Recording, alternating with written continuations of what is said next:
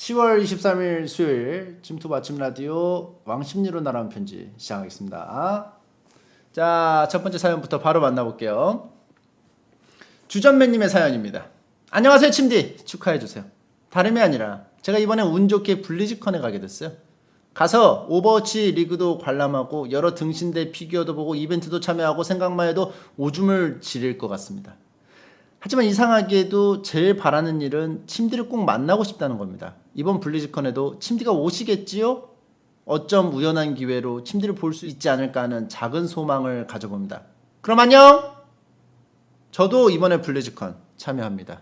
2019년 블리즈컨 초청을 받아가지고 따라가게 됐고, 옛날에 그 작년에 갔을 때도 그냥 오신 분들 만나가지고 인사도 좀 하고 했는데, 아마 동선이 그 안쪽으로 계속 돌다 보니까 아마 겹쳐서 만날 일이 있을 거예요. 만나면은 인사드리고 사진도 찍고 하면 좋겠네요. 블리즈컨 그 가실 때 비행기 한 10시간 걸리는데 그거 하세요. 거기서 영화 제가 1년에 볼 영화 거기서 다 봅니다. 미국 왔다 갔다 하면서 한 6편 정도 봐요. 다음 사연입니다. 간다무님 사연입니다. 침디에게 노하우를 전수받고자 사연 보냅니다. 안녕하세요, 침디. 저는 건축학과를 다니는 하와와 군필 여고생장입니다.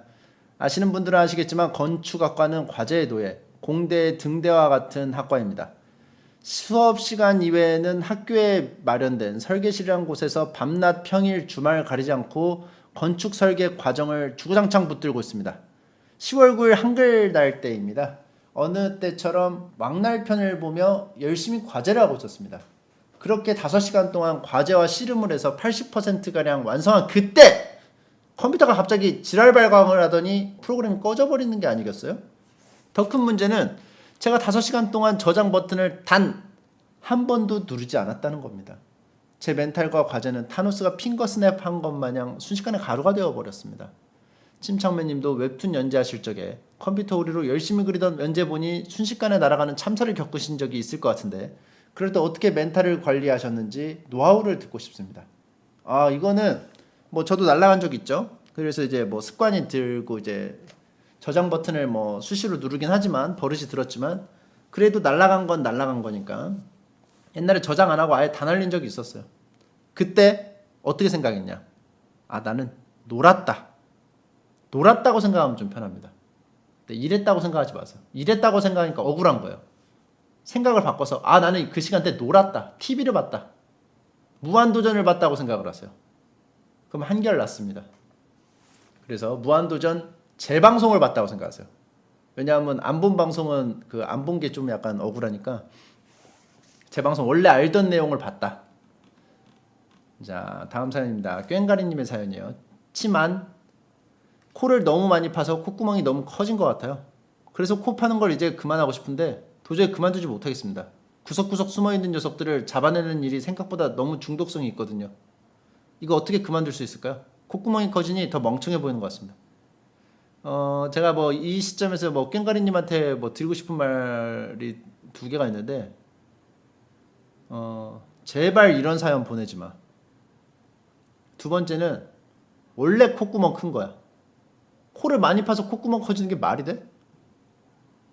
원래 콧구멍이 큰 거예요. 그거는 그냥. 물론 저도 이제 어렸을 때보다 그 콧구멍이 커졌어요. 근데 그거는 그냥 나이 들면은 코가 부어. 코가 붓고 얼굴이 좀 부어. 좀 붓기가 생겨. 그래서 그냥 코가 커지는 거야. 나이 먹으면 코 커지죠. 그런 거예요. 그냥 나이 먹어서 커지는 거예요. 그러니까 그런 거니까 코 아무리 안 파도 커지니까 염려치 마시고 마음껏 파세요. 자, 멜멜님의 사연입니다. 안녕하세요. 침투부를 재밌게 보고 있는 20대 청년입니다. 왕날편에 엉뚱하지만 깊은 페이소스가 있는 사연들과 침디의 멘트를 들으면서 왠지 제 작은 고민도 명쾌한 답변을 주실 것 같아서 이렇게 사연을 보내봅니다. 저는 안산에서 쭉 살았습니다. 대학은 서울로 갔지만 어머니께서 집에 나가서 사는 것을 너무 서운해하셔서 멀어도 꾹 참고 잘 버텨서 올해 무사히 졸업을 했습니다. 문제는 제가 곧 서울에서 일을 시작하게 될 예정이라는 겁니다. 남은 20대 생활을 멋진 싱글 라이프로 보내고 싶은데 어머니께 넌지시 서울에서 자취하겠다는 얘기를 꺼냈더니 너무너무 서운해하셔서 제대로 대화를 못하겠더라고요. 어차피 집에 개백수 형제가 한 명 있기에 저 하나쯤은 나가도 될 것 같은데 어머니의 마음도 달래드리면서 잡음 없이 독립하기 위한 뾰족한 묘수가 없을까요? 서울에서 일을 시작하면 안산에서 왔다 갔다 하기가 좀 힘들죠. 아무래도. 그리고 힘들기도 하고 그 좀 나가서 살고 싶기도 하고 그렇죠. 그래서 저는 나가서 사는 거 괜찮다고 봅니다. 이게 맞는지 안 맞는지는 체험해봐야 알아요. 그래서 했는데 나가서 살았는데 나는 혼자 사는 게 딱 맞아. 행복해. 그러면은 나가서 사는 거고. 안 맞아. 그럼 여기서 깨달음을 얻고 집에 돌아가면 되는 거고. 그러니까 뭐 그 나가서 살은 다음에 그때 결정해도 되는 문제라서 일단 나가는 게 좋을 것 같고 나갈 때 어떻게 나가느냐. 자꾸 회사에 지각을 했다는 어떤 상황극을 좀 몇 번은 하셔야 되지 않을까 싶어요. 집이 멀어서 자꾸 지각을 한다. 이거는 이제 부모님께서 허락을 안 할 수가 없는 상황으로 이제 몰고 가는 거죠, 부모님을. 그렇게 하면은 이제 거기서도 안 된다고 하기가 힘듭니다. 그렇기 때문에 회사에 지각을 해서 좀 힘들다는 식으로 좀 약간 때를 써보세요. 그럼 일찍 자라고 합니다. 그럼 일찍 잡니다. 일찍 자고 밤에 몰컴을 합니다. 때 쓰세요. 때 쓰는 게 최고예요. 딴 애들은 서울 가서 산다고! 이렇게 계속하고. 딱기님의 사연입니다. 안녕 병건씨. 저는 3D CG 프리랜서 4년차인 26 청년이에요. 제 인생의 목표는 행복입니다. 대학 시절 세상에서 CG가 제일 재밌어서 매일같이 붙잡고 있을 수 있을 정도로 열정도 있었고 행복했기에 그 일을 계속할 수 있는 CG 아티스트가 되기로 마음먹었죠. 하지만 이제 CG는 제게 행복이 아니에요.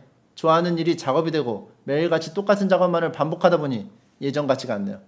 예전에는 이 일을 시작한 이상 픽사를 목표로 열심히 달려야겠다고 생각했는데 요즘은 그냥 이렇게 평생 살아도 되지 않나라는 생각이 들어요. 예전같이 열정도 없고 지금 생활에 안주하려는 제 모습에 해결할 수 없는 고민만 계속 반복하고 있습니다. 병거씨도 예전에는 만화 그리는 게 제일 재밌었는데 이제는 그렇지 않다고 쓸쓸하게 말했었거든요. 사실 하나도 안 쓸쓸하게 말하셨지만 병건씨의 체면을 위해 이렇게 씁니다. 병건씨도 저와 같은 고민이 있으실 것 같은데 저는 지금 당장의 행복만을 추구하며 살아도 되는 걸까요? 일단 지금 행복해야 뒷일을 이제 도모할 수 있다는 게 이제 제 어떤 지론 같은 겁니다. 그래서 지금 참아서 나중을 대비한다? 근데 이게 지금 참는 게 참을 수는 있어. 근데 그게 기간이 확실히 정해져 있어야 돼. 확실해야 돼, 그게. 참을 수 있는 기간이. 이게 참을 수 있는 기간이 뭐 한정없이 뭐 언제까지 참아야 될지도 모르는 상황에서 참는다는 것은 저는 사실 좀 이해가 되지 않습니다.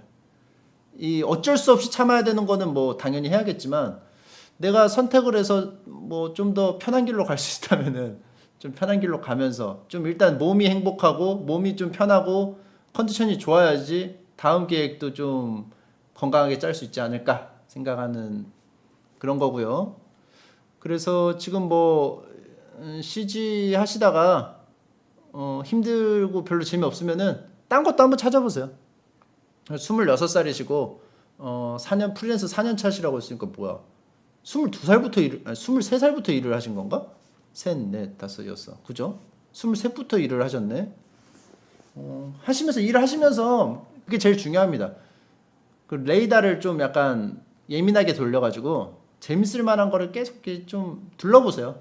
그 억지로 찾으실 필요는 없고 그러다가 이제 좀 괜찮은 거 있으면은 슬슬 해가지고 겸업 형태로 가다가 이제 하면 되지 않을까 싶습니다. 자, 다음 사연입니다. 호행님 사연입니다. 안녕하세요, 침디. 저는 현재 고시를 준비 중인 용돈이 부담스러운 나이 26살 백수입니다. 제 고민은 친척 어른들이 주시는 용돈에 관한 것이에요. 제가 친척들을 만날 때면 제 나이가 이만큼 찼음에도 항상 용돈을 주시곤 합니다. 하지만 어렸을 때야 좋았지 나이가 한 살 한 살 먹어감에 따라 좋고 싫고를 떠나서 제일 먼저 드는 생각은 부담스럽다였습니다. 물론 용돈을 안 받으면 그만이라고 생각하실 수 있는데 혹시 침디도 이 거절 국룰을 알고 계신가요? 용돈에 대입하면 용돈을 예의상 2번까지는 거절하고 3번째에는 받아야 한다는 것인데 하지만 어른들에게는 어림도 없는 룰이지요. 그 국룰을 어기시고는 3거절 4거절을 해도 그냥 주머니에 용돈을 넣어주시더라고요. 저희 집도 친척분들도 삶이 팍팍한 것 같아서 더더욱 나이 먹고 용돈 받는 게 많이 부담스럽습니다. 주시는 분들 체면도 있는지라 다모인 자리에서 계속 거절하기도 서로 민망하고 이런 상황에서 침대라면 어떻게 하실지 궁금합니다.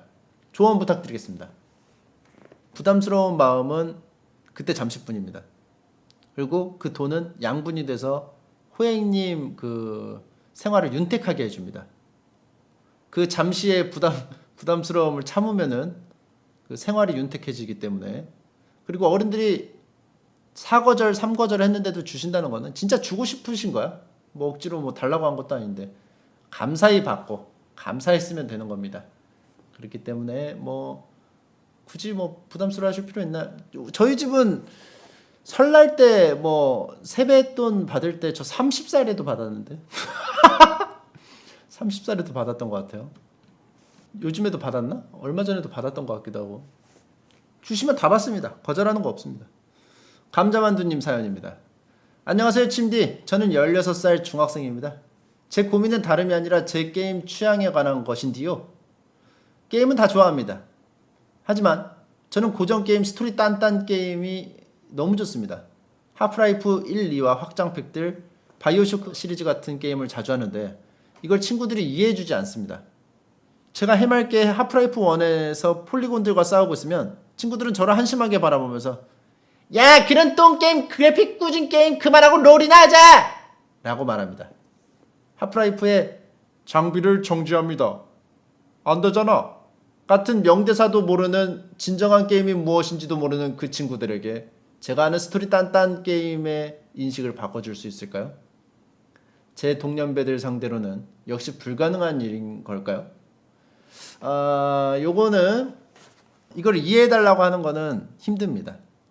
감자만두님도 친구들이 계속 롤하자고 하는 것 하나도 귀등으로도 안 듣고 그냥 하잖아요. 그런 것처럼 감자만두님이 인정받으려고 하는 것도 그들에게는 같은 그거예요. 그렇기 때문에 그냥 하면서 그냥 무시당하면서 할 수밖에 없어요. 제가 사실은 이제 방송에서 고전 게임을 하면서 사람들이 그 숱한 무시와 그런 걸 받으면서 하잖아요. 어느 순간인가 제가 깨달았어요. 이들을 이해시키려고 하면 안 된다. 그냥 나는 나만의 길을 가야 된다. 그러면서 이런 생각을 합니다. 답답한 건 지들이지. 나는 재밌어. 재미없는 건 니들이야. 그러면 한결 편하더라고요. 그러니까 그런 마음가짐으로 하프라이프 1, 2, 확장팩, 바이오쇼크 많이 하시길 바라겠습니다. 이게 억지로 이렇게 이해를 바라고 또 인정받으려고 하면은 뭐 피곤하다는 점이 뭐 포인트겠죠. 대구도쿄님 사연이에요.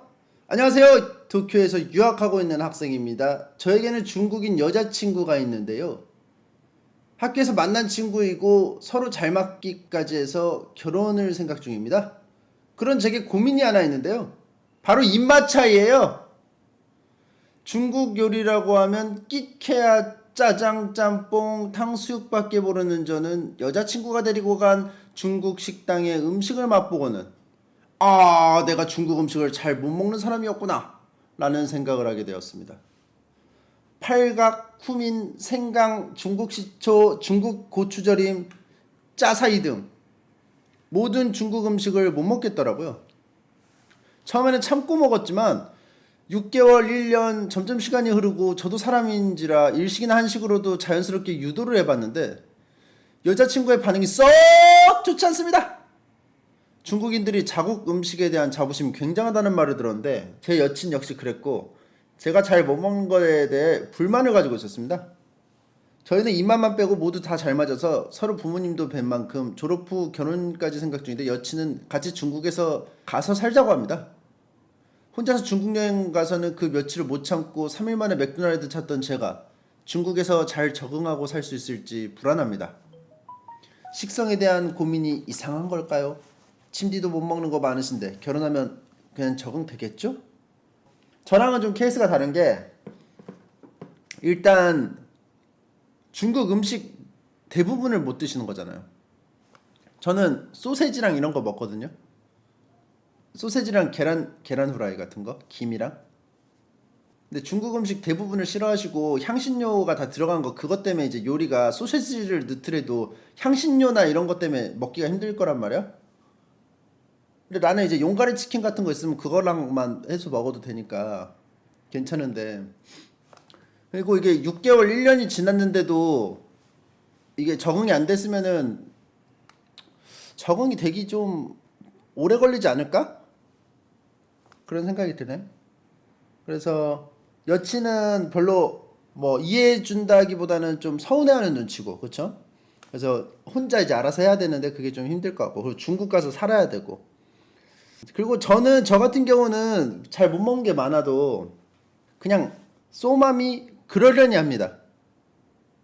근데 이 지금 중국인 여자친구님은 중국 음식 자부심이 좀 있으셔가지고 이거를 좀 그냥 이해해주지 않는 부분에서 좀 힘들지 않을까. 밥은 하루에 3끼씩 먹어야 되는데 이거를 과연? 그래서 헤어지도록 하세요. 애매하니까 제가 결정해드리겠습니다. 헤어지세요. 자, 다음 사연. 침디 펌프디스 파티님의 사연이에요. 안녕하세요. 부대룡 DJ라는 뜻. 부산에 사는 30살 청년입니다. 오늘 친구와 저녁을 먹으러 뜨끈한 국밥집에 갔었더랬죠. 그런데 옆자리 꼬마가 밥은 안 먹고 유튜브만 보고 있었습니다. 꼬마의 어머니는 참다 못해서 자꾸 밥 안 먹으면 휴대폰만 보고 이러면 이놈 아저씨가 잡아간다! 라고 화를 내시더군요. 그 말을 듣고 문득 20여 년 전 제가 들었던 이놈 아저씨 얘기가 떠올랐고 저희 어머니도 제가 꼬마일 때 저렇게 화를 내셨었지 하며 지려버릴 뻔했습니다. 그러던 중 의문이 들었습니다. 20년에도 아저씨였던 이놈 아저씨는 어째서 아직도 아저씨 소리를 듣는 걸까요? 자기 관리를 잘해서 5, 60대에도 여전히 중년미를 뽐내고 있어서 그런 걸까요? 이놈 할아버지가 돼야 맞다고 생각하는데 말이죠. 아니면 20년 전 이놈 아저씨는 눈물에 정년퇴직을 하고 새로 취직한 이놈 아저씨인 걸까요? 친구와 저는 국밥이 있던 뚝배기가 바닥이 보일 때까지 토론을 했지만 끝끝내 이 의문에 해답을 내리지 못했습니다. 부대룡님께서는 이놈 아저씨의 정체를 어떻게 생각하시는지 궁금합니다. 아, 침착맨이시지? 여튼 궁금합니다. 정확히 말하면 이놈 아저씨는 이가 성이에요. 그 이놈 아저씨 그 시족이 모여있는 마을이 있어요. 거기서 대표로 한 명씩 올라오는 거예요. 그래서 그분이 이제 은퇴하면 다시 이놈 아저씨 이놈 마을로 가서 다시 쉬고 그 다음 세대의 이놈 아저씨가 또 발탁되고 뭐 일종의 1대 2대 3대 뭐 이런 느낌이라고 보시면 되겠죠. 망태 할아버지는 망씨 시족 그 마을에서 좀 나오는 거고 좀 약간 직책 이름이라고 보시면 돼요. 그렇기 때문에 이놈 아저씨는 영원히 이놈 아저씨라는 거. 다음 사연입니다. 요리조리님의 사연이에요. 침대 하이 목탄 연필이 흥미로워서 샀어요. 아니 세상에 사각사각 서걱서걱 소리도 좋고 색도 진하고 착착 감기는 것이 너무 좋은 것 아니겠습니까? 인간 하나 그리고 나니 너무 기깔나서 슬슬 연필을 깎으려는데 연필 깎기 기계에 넣고 돌렸더니 빙글빙글 하다가 툭 끊기는 겁니다. 아니 멍청한 옴닉이 제 소중한 3주치 연필심을 먹은 게 아니겠어요? 그래서 내가 직접 깎아야겠다 싶어서 제 손으로 직접 깎았으나 허허 12주치 연필심이 공중분해되었습니다. 방금 열받아서 침대에 누운 참입니다. 여튼 침디도 입시미술 하셨을 텐데 연필 깎는 노하우가 있을까요잉? 연필을 이제 미대 입시할 때 사비 연필을 이제 쓰잖아요. 그러면은 그 중에 되게 그 장인같이 깎는 사람이 있어요. 연필을 잘 깎고 못 깎고가 있긴 하지만 장인처럼 깎는 사람이 있어요. 어떻게 깎냐면은 파란색 쓰레기통 앞으로 가서 깎아요. 보통은 싹싹싹싹싹 깎잖아. 그 장인은 하나하나 벗겨. 연필을 하나하나 벗겨. 되게 천천히 최소한의 횟수로 만들어. 그거를 싹싹 벗겨내. 그리고 연필통에다가 싹싹싹 하나씩 탁탁탁 정렬을 해. 싹싹. 그래서 그거를 되게 시간을 되게 오래 들여서 해. 무슨 그 의식같이 전투전에 있는 의식같이 미야모토 무사시가 불상 깎는 것 같이. 주펄님 와우 하다가 왜 갑자기 오는 거예요? 예? 주펄님은 이제 채팅 금지예요. 와우 하랴 채팅에 이거 하랴 작업 언제 해? 이렇게 하는 거예요. 그래서 그런 느낌인데 저는 그냥 대충 깎았고요. 자, 아무튼 왕십리로 날아온 편지는 1부 여기까지고요. 2부 넘어가기 전에 오늘의 아리송의 수수께끼를 들려드리도록 하겠습니다. 특별히 청취자 부먹대장님께서 보내주신 수수께끼예요. 자, 문제입니다. 세상에서 제일 부정적인 동물은 뭘까요? 세상에서 제일 부정적인 동물 뭘까요? 정답은 광고 듣고 왕십리로 날아온 편지 2부에서 만나보겠습니다.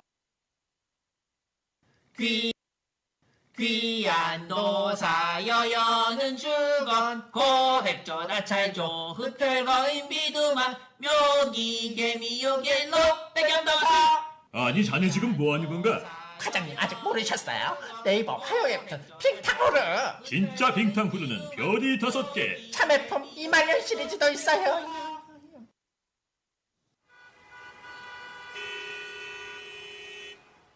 사장님 목이 너무 막힐 것 같습니다. 옷카페는 무너졌냐 이 새끼야? 그럼 상수역 2번 출구 옷카페로 가겠습니다. 애벌레밥도 맛있어. 질풍 샌드위치도 맛있어. 이 안에 김풍이 있다는 게 내 결론이다. 저 김풍이 직접 만들었습니다. 맛이 없으면 전액 환불 보장. 본 음식들은 2입 이상 먹으면 환불이 되지 않습니다. 자세한 사항은 메뉴판을 확인해 주세요. 옥카페 스타일 옥카페 스타일. 성남시 중앙구에 마술사가 하는 치과가 있다는데 여기 치과를 운영하는 마술사가 있다던데요. 아 저기에요 저기 저 사람이 매직박이에요. 이를 뽑으면 피가 콸콸콸. 흉추를 마술처럼 사라지게 하는 나비치과. 아이돌 할 거야 안 할 거야? 여기가 어디요? 어느 정도 완쾌된 뒤에 말해주려고 했는데 선생은 밤하늘에 빛나는 별이 되었어. 다시 말해 샤이닝 스타가 되었다 이 말이오. 이게 무슨 소리야? 내가 스타라니! 내가 스타라니! 마이크를 해주시오. 내가 스타라니! 그 중에 가장 빛나는 나 샤이닝 스타. 오케이 땡큐. 그 중에 가장 빛나는 나 샤이닝 스타! 이자카야 카드는 정말 맛있어. 한 잔 더 하고 싶은데. 와인카드! 와인카드! 뒷블럭에 있어요. 와인카드! 비스트로! 법인카드 그거요! 진창남, 진창남, 진짜 진창남, 진창남, 진창남, 진짜 진창남. Yeah!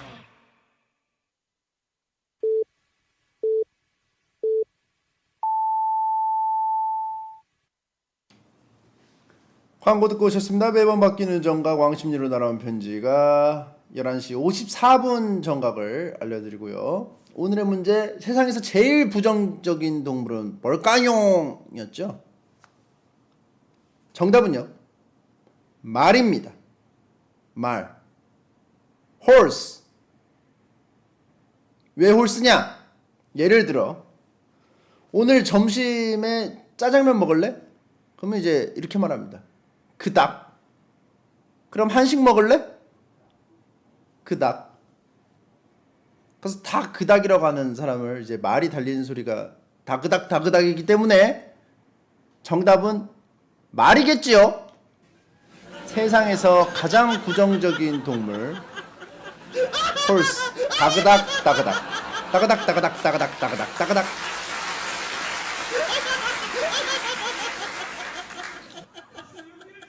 정수야 웃겨? 너 오늘 점심 약속 간다며. 빨리 가. 웃느라 얘가 못 가네. 자리 깔고 앉았네.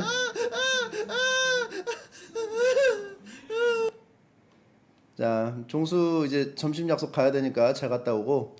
자, 빡빡한 빡빡이님의 사연으로 넘어가 보겠습니다. 안녕하세요, 침착맨 아저씨. 아저씨는 혹시 엉덩이 때문에 스트레스 받은 적 없으신가요? 저는 몇 년 전까지만 해도 몸무게가 100kg가 넘는 거구였는데요. 현재는 75kg까지 감량에 성공했습니다. 그런데 말이죠. 다이어트 방식이 잘못되었는지 이상하게 엉덩이랑 허벅지만 준내게 두꺼워요. 살을 빼서 이쁜 옷을 입으려는데 바지를 살 때는 상당히 신경 쓰입니다. 헬스하는 형님들에게 조언을 구하면 야! 남자는 말이야! 하체가 두꺼운 게 진짜 남자야! 하체는 이 꼴은 남자아이가 라면서 도움도 안 되는 말만 늘어놓습니다. 하체하면 침착맨, 엉덩이하면 침덩이. 침 카다시안도 자신의 감점인 하체 사이즈를 줄일 생각을 해봤는지 모르겠지만 그런 생각을 해보셨는지, 해보셨다면 좋은 팁이 있을까요? 안 했습니다. 저는 이제 군대에 있을 때, 그 2등병일 때 제가 이렇게 앞에 가면은 그 뒤에 병장이 따라가면서 이랬어요. 걸어가는 게 왜 이렇게 야하냐고.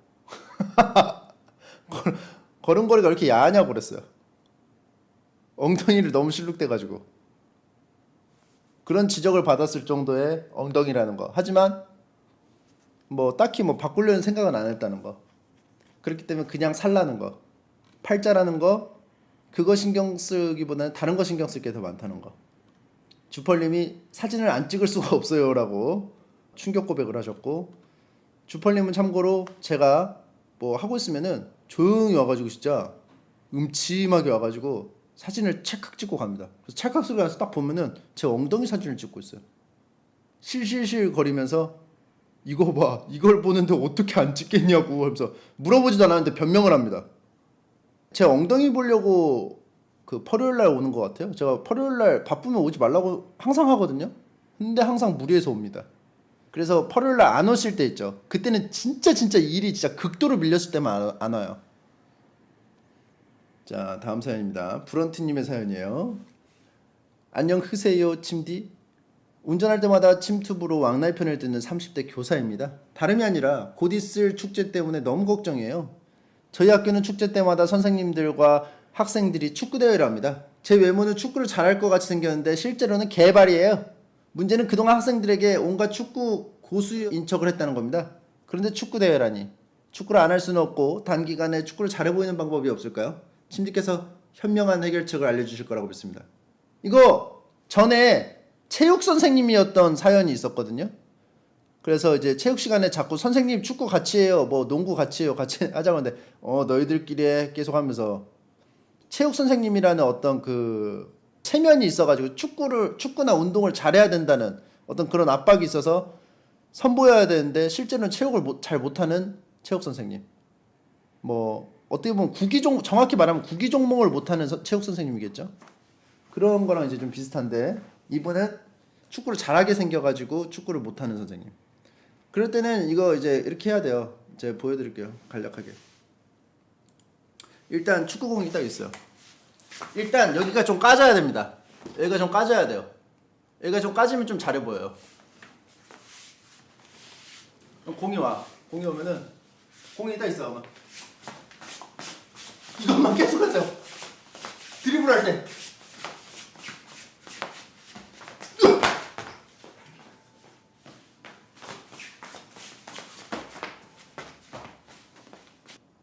현란하게, 최대한 현란하게 해서. 채팅창에 진짜 개못해 보인다. 호랑나비 스텝인데 호나우진유 전성기 보는 줄. 너무 족밥 같은데. 맹식가님 사연입니다. 저는 24살 스트리머에 도전 중인 청년입니다. 전업은 아니고 일이 끝나고 나서 취미로 하는 취미형 호호호. 참고로 예전에 하스할 때부터 봐온 골수 시청자입니다. 당시 레니아원님과 하던 카드 평가는 아직도 잊혀지지가 않습니다. 돌려가면서 10번 이상은 본 것 같아요. 숨차. 제 고민은 스트리머로서 꾸준히 정기적으로도 방송도 하고 유튜브도 운영 중이지만 고정 시청자가 늘어날 생각을 하질 않습니다. 혹시 침디가 웹툰 작가를 하고 나서 인터넷 방송을 했던 게 아니라 영인 상태로 스트리머 유튜버를 도전하는 입장이라면 어떤 식으로 돌파구를 마련했을 것 같나요? 궁금합니다.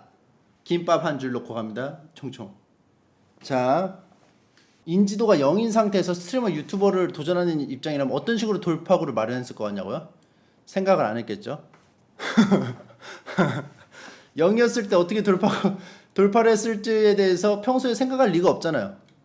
지금 눈앞에 지금 다른 문제들이 잔뜩 있는데 이거는 좀 초반에 시작할 때 그 시청자 노출 부분에 있어서는 그 부분이 제일 어렵죠. 아무리 재밌어도 아무도 모르는데 어떡해. 고정 시청자가 늘어나지 않으면은 과감하게 접는 건 어떨까? 이렇게 좀 조언을 드리고요. 아까 그 중국인 여친 사귀시는 분은 헤어지시고 맹치까님은 그 접는 거를 좀 추천드립니다. 톡 쏘는 엘프님의 사연입니다. 영화관에서 화내는 저 정상인가요? 어제 조커를 보러 영화관에 갔는데 사람이 없는 곳이라 자리가 텅텅 비었더라고요. 그래서 작게 말해도 주변에 다 들었죠. 영화가 시작하고 잘 보고 있는데 바로 뒤에 있는 사람이 같이 보러 온 친구에게 설명과 질문을 하기 시작하는 겁니다. 웅장한 BGM이 나오면 크게 떠들고 안 나오고 작아지면 목소리 크기를 줄이면서까지 계속 떠드는 겁니다. 조금 쫄았지만 용기를 내 저 조용히 좀 해주세요 라고 말하며 쉿 하는 제스처를 보였습니다. 이제 좀 조용해지겠구나 싶었는데 또 시끄럽고 또 계속 시끄럽고 계속 저는 결국 열이 받아서 저기요, 조용히 좀 하시라고요. 라며 화를 냈습니다. 물론 화를 교양 없이 소리를 지르지 않고 차분하게 적당한 보이스로 했습니다만 이건 제 관점이라 모르겠습니다. 여튼 그 후로는 조용해졌습니다. 영화관에서 시끄럽게 한 사람 때문에 화를 낸 저 정상인가요? 저 또한 민폐인 건가요? 일단 그런 사람들이 있어요. 시끄러운 사람들이. 근데 그 시끄러운 사람들의 문제는 자기가 시끄러운 줄 모르는 거예요. 우리끼리한테만 들리는 줄 알겠지 하고 이제 하는 건데 그런 거는 이제 옆에서 알려주지 않으면 모릅니다. 그렇기 때문에 톡쏘는 엘프님이 잘하신 거예요. 왜냐하면 다른 사람들은 그런 생각을 했을 거야. 근데 차마 말을 못하는 경우가 많잖아. 괜히 남한테 싫은 소리 하기 싫고 그냥 그런 거 그렇게 좀 표현하기 싫어서 그러니까 좀 대표해서 말해줬으니까 다른 사람들도 고마워했을 수도 있습니다. 왜냐하면 앞자리에서 들렸으면 옆자리는 무조건 들렸거든. 그렇죠? 자 다음 사연입니다. 댕댕공님의 사연. 하이 용가리 치킨. 저는 회사를 다니고 있는 그런 사람입니다. 저는 회사 구조상 일반적인 큰 화장실이 제 자리에서 너무 멀리 위치해 있어서 세면대와 좌변기 딱 2개로 이루어진 작은 화장실을 쓰고 있습니다. 얼마 전 여느 때와 마찬가지로 화장실에 갔었는데요. 화장실 문을 열자 너무나도 진한 똥 냄새가 나기에 아우 누가 또 똥 싸고 안 내렸네 하고는 변기를 내리려는데 오잉? 똥이 없는데? 똥이 있는 것 같은 냄새가 나는 거였습니다. 물을 내렸는데도 이 물을 뚫고 냄새가 올라온 것인가 냄새의 지속성이 뛰어난 것인가 라는 생각이 들더군요. 냄새를 묘사하면 속이 안 좋을 때 상한 걸 먹어서 나는 그런 냄새가 아니라 디폴트 값의 평범한 똥 냄새였습니다. 문제는 그 다음날부터 매일 제가 갈 때마다 이 냄새가 납니다. 같은 냄새니까 같은 사람인 것 같아요. 한 번은 숨을 참고 잽싸기를 시도했으나 제 폐활량으로는 소변은커녕 짚어내리는 와중에 그 똥냄새를 전부 흡입해버렸었더랬죠. 화장실에 스프레이를 뿌려도 소용이 없더라고요. 제가 자주 가는 이 화장실이 좀 쾌적해졌으면 좋겠는데 혹여나 냄새로 범인을 잡는다고 한들 당신! 똥냄새 나니까 이 화장실 쓰지 마세요! 라고 할 수도 없고 뭔가 뾰족한 수가 없을까요? 침대에 반짝이는 아이디어로 이 고민을 해결할 수 있었으면 좋겠습니다. 이 똥을 싸신 분은 그 똥이 특이하게 냄새가 접착력이 좀 강한 것 같아요. 그래서 냄새가 심하면 원래 이렇게 퍼져야 되는데 그쵸? 화장실에서만 딱 나는 거 보면은 오래가는 어떤 냄새가 이렇게 벽 같은 데 딱 접착력이 있어가지고 좀 오래 좀 그 유지가 되는 그런 느낌? 그렇기 때문에 이거는 곤란한 상황이고 그 똥 냄새에 적응하는 훈련을 하는 게 어떨까 저는 개인적으로 피할 수 없으면 즐겨하기 때문에 일단 햇반을 사가지고 가서 화장실에서 식사부터 하는 그 훈련부터 하면은 나중에 오줌 쌀 때는 아무렇지도 않지 않을까. 화장실에서 그 변기칸에서 한번 식사 한번 해보시고 여러 가지로 각종 훈련들을 통해서 그 똥냄새와 친숙해지는 그 일련의 그 훈련들을 통해서 다음에 오줌 싸러 갈 때 아무렇지도 않은 자신의 모습을 상상하면서 그렇게 좀 하셨으면 좋겠습니다. 그쯤 되면 오히려 냄새가 안 나면 섭섭해지지 않을까요? 라고 하시는 분도 계시고 나중에 이제 이런 말 있잖아요. 시장이 반찬이다. 이런 말 있잖아요. 나중에 이제 나지막하게 말할 거예요. 냄새가 반찬이다. 도주 준비 중님의 사연이에요. 안녕하세요 침디. 저는 침바 20대 중반 여자입니다. 요즘 이런저런 일들로 스트레스도 많아지고 가을을 맞아 산공기도 마실 겸 주변에 가까운 절로 템플스테이를 가고 싶다는 생각을 하고 있습니다. 하지만 문제는 저희 외가 쪽이 완전 아멘이라는 점입니다. 할아버지는 전직 장로시고 할머니는 전직 권사, 이모들은 권사, 친척 동생들은 단체로 교회 찬양 다니고 그중 한 명은 또 신학대를 다니고 있습니다. 이런 상황에서 몰래라도 갈까 했지만 워낙 할머니 할아버지랑 가족들이 사이가 좋아서 매일 연락이 오고 가고 왕래도 많으며 큰 손녀가 전화를 안 받기라도 하면 걱정을 하시기에 뭔가 납득을 시켜드려서 떳떳이 가고 싶은 마음이 있습니다. 완전 기독교인 집안에 사는 제가 템플스테이를 가고 싶은데 할머니 할아버지의 사랑을 잃지 않으면서 다녀올 묘수를 부탁드립니다. 전도하러 간다고 하세요. 전도하러 간다고 하고 그냥 템플스테이 하다 오세요. 자, 다음 사연입니다. 침덩이님의 사연입니다. 안녕하세요, 침디. 침투브 무한으로 즐기다가 얼마 전 팬카페도 가입한 24살 여자 사람입니다. 알바하다가 너무 킹받아서 사연 올려봐요. 어느 때처럼 다름없이 주말에 작은 카페에서 혼자 일하던 중에 손님을 받았어요. 이 손님은 귀에 이어폰을 낀 채 아이스 바닐라 라떼 테이크아웃이요 라고 주문을 했습니다. 쿠폰을 찍어드린다는 제 말도 안 들리셨는지 카드만 받고는 휙 하고 자리로 가셨죠. 그리고 얼마 지나지 않아 완성된 음료를 픽업대에 올려놓고는 주문하신 아이스 바닐라 라떼 나왔습니다 라고 외쳤습니다. 참고로 매장이 작아 진동벨을 쓰지 않는데요. 여튼 이 손님이 못 들으신 건지 휴대폰만 보면서 혼자 낄낄대고 있는 겁니다. 그래서 다시 한번 크게 외쳤습니다. 바닐라 라떼 한 잔 준비해드릴게요. 다른 손님도 쳐다볼 만큼 크게 외쳤음에도 그 손님은 반응이 없었습니다. 다른 손님들 주문도 있어서 일단은 일을 하고 있었는데 그 손님이 저를 부르는 겁니다. 저기요, 이거 제 거예요? 네, 가져가시면 돼요. 근데 음료가 나오는데 왜 안 불러요? 아까 몇 번 말씀드렸는데. 아니, 음료가 나왔으면 손님에게 바로 알려주는 게 당연한 거 아니에요? 설사 못 들었다 쳐도 들을 때까지 계속 불러야죠. 여기서 생각했습니다. 저는 그 손님 이어폰과 귓구녕을 뚫어버릴 만큼 우렁차게 사자우를 질렀어야 했을까요? 아니면 카페 서비스 개같네 라며 중얼중얼대는 저놈을 따라가서 바닐라 라떼로 뚝배기를 깼어야 했을까요? 뭐 이어폰을 끼고 있고 하면은 이제 이 손님 잘못이 이제 맞고, 하지만 일이 막 엄청 밀려 있는 게 아니면은 보통 갖다 주기도 하거든요. 너무 이렇게 안 보고 하면은 나중에 와가지고 또 막 그거 하니까 또 찾고 하면 더 복잡해지니까 그냥 갖다 주기도 해. 몰라, 나 그리고 갖다 줄 때도 있던데. 버릇 나빠져요? 바쁘면 안 되죠. 바쁘면 안 되고 뭐 잘못은 당연히 저 이상한 아저씨 때문입니다. 근데 이거 뭔 말하려고 했지? 까먹었습니다. 아무튼 힘내시고 이런 알바하면서 스트레스 많이 받을 일이 많이 있을 겁니다. 힘내시고 저도 이제 편의점 할 때 싸운 적 몇 번 있어가지고 싸운 적이 몇 번 있어서 남일 같지가 않네요. 자, 회색 분자님의 사연입니다.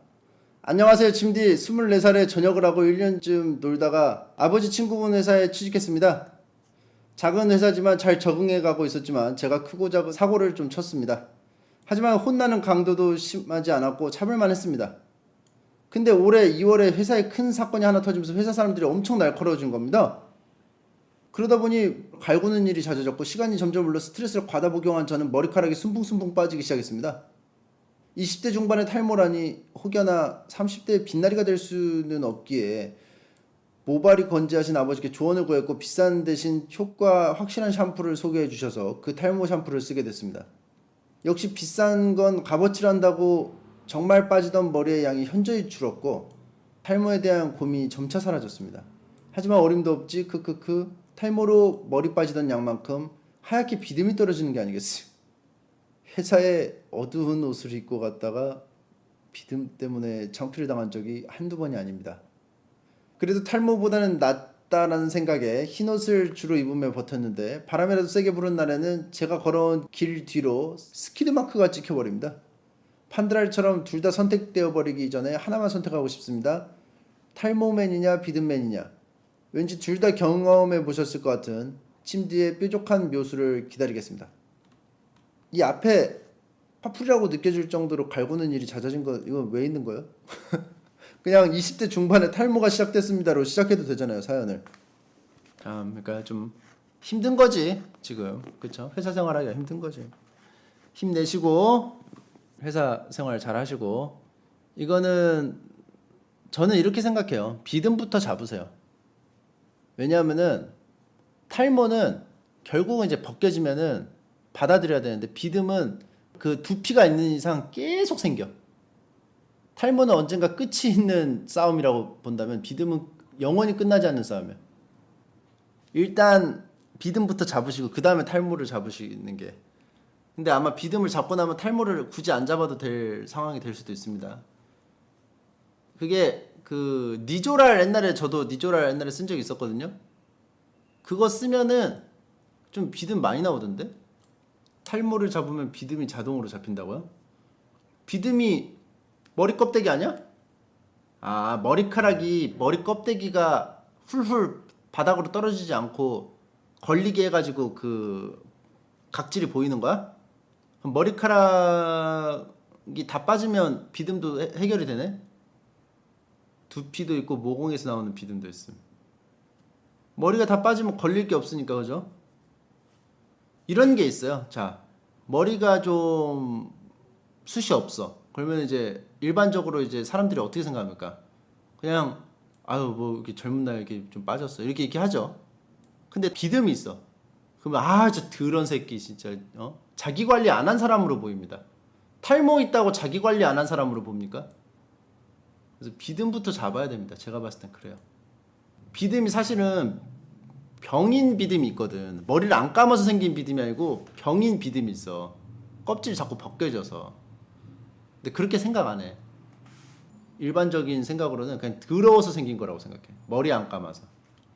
지루성 피부병 저도 있었어요. 지루성 피부병 하면은 머리 껍데기가 계속 벗겨져. 제 뒤통수 쪽에 막 있었는데 지금은 또 없고, 가끔 한 번씩 또 생겨. 저는 안 씻어서 그런 거라고요? 님들은 병이고 난 안 씻어서 그런 거야? 자, 다음 19번 사연, 방실방실 바니안님 사연입니다. 실바니안이라고 쓰신 거 보니까 실바니안 패밀리 모으나 봐요. 안녕하세요 침디, 너무 열받아서 가입했습니다. 진짜 이렇게까지는 안 하려고 그랬는데 침디 머리 꼬라지를 볼 때마다 가슴이 터질 것 같아서. 저는 솔직히 그동안 제가 침디 방송 보는 게 입담이 재밌어서 보는 줄 알았습니다. 근데 이제 알았어요. 아, 나는 침착맨 얼굴 때문에 봤던 거구나. 저희 부부는 자기 전에 같이 누워서 TV로 침투 보다가 자는 게 일상이거든요.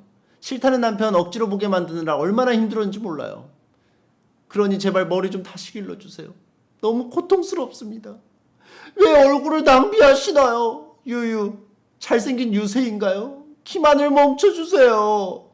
제가 이 나이 먹고 유부남에게 머리 길이란 말을 하려고 팬카페에 가입하게 될 줄은 정말 몰랐습니다. 그 부분에 대해서는 자괴감이 들지만 그보다 정신적 충격과 시각적 고통이 너무 커서 이렇게 사연을 보내게 되었네요.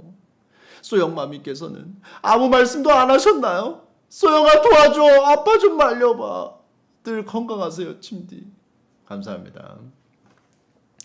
이렇게 그 답답한 심정은 알겠지만 머리를 제발 길러주세요라고 해도 제가 바로 기를 수가 있는 게 아닙니다. 자라는 속도가 있어요. 그리고 저도 몰랐습니다. 머리 깎고 나서 알았어요. 아, 내가 남캠이었구나. 나는 게임 방송인 줄 알았는데 남캠이었구나라는 거를 머리 깎고 나서 알았어요. 그 반응을 보고, 숙연해지는 그 분위기 보고. 원래는 보통 게임 방송 같은 거 보면 머리 깎으면 웃잖아. 웃어야 되거든. 깔깔깔 웃어야 돼. 뭐야 저게, 깔깔깔. 근데 제가 깎으니까 숙연해졌어. 자드님의 사연이에요.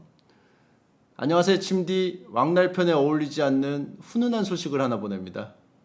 저는 타지에서 취업을 위해 밤낮으로 공부와 아르바이트를 병행하며 살았습니다.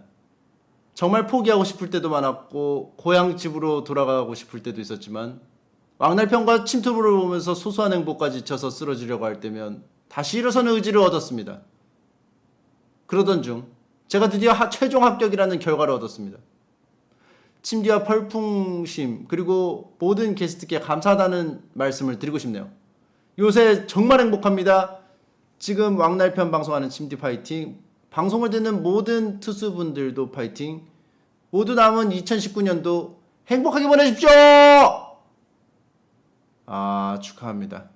최종 합격하셨고 취업 뽀개셨고 대단하시고 참 훈훈해지고 또 이제 이런 이게 있잖아요. 고등학교 때 대학 입시 딱 할 때 어때요? 너무 힘들고 이것만 딱 하면 좀 이제 한숨 돌리겠지 했는데 대학교 딱 들어가니까 어때? 이제 시작이야. 최종 합격하려고 이제 계속 취업을 해. 겨우 이제 입사했어. 이제 시작이야. 군대 가가지고 훈련소 끝나면 이제 좀 되겠다 했는데 자대 배치하면은 그제 시작이야. 그 직장 들어가가지고 이제 좀 해가지고 뭐 대리 달고 하면 이제 좀 자리 잡겠구나 했는데 이제 시작이야. 그래서 계속 시작이에요. 그렇기 때문에 각오를 단단히 가지시고 무조건 살아남다는 자세로 직장생활 임하시길 바라겠습니다. 축하드립니다. 10월 23일 수요일 왕십리로 날아온 편지 여기까지고요. 사연은 6호 침투부 소장님이 추려주셨고요. 들어주셔서 감사드리고요. 저는 가보겠고요. 취업 보객이 감사하고요. 고맙습니다. 안녕히 계세요. 종수야 갈까? 귀한 노사여여는 주건 고획조나 찰조 흡혈거인 비두만 묘기 개미요괴로 백염도사. 아니 자네 지금 뭐하는 건가? 과장님 아직 모르셨어요? 네이버 화요에 붙은 핑탕후르 진짜 빙탕후루는 별이 5개. 참외품 2만년 시리즈도 있어요. 성남시 중앙구에 마술사가 하는 치과가 있다는데 여기 치과를 운영하는 마술사가 있다던데요. 아 저기에요 저기 저 사람이 매직박이에요. 이를 뽑으면 피가 콸콸콸. 흉추를 마술처럼 사라지게 하는 나비치과. 아이돌 할 거야 안 할 거야? 여기가 어디요? 어느 정도 완쾌된 뒤에 말해주려고 했는데 선생은 밤하늘에 빛나는 별이 되었어. 다시 말해 샤이닝 스타가 되었다 이 말이오. 이게 무슨 소리야? 내가 스타라니! 내가 스타라니! 마이크를 주시오. 내가 스타라니! 그 중에 가장 빛나는 나 샤이닝 스타. 오케이 땡큐. 그 중에 가장 빛나는 나 샤이닝 스타.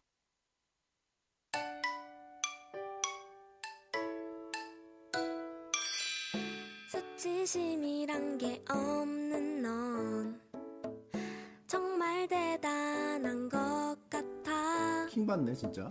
수치심하게 없는 너에겐 나의 수염이라도 주고파. 웃어? 은밀하게 침투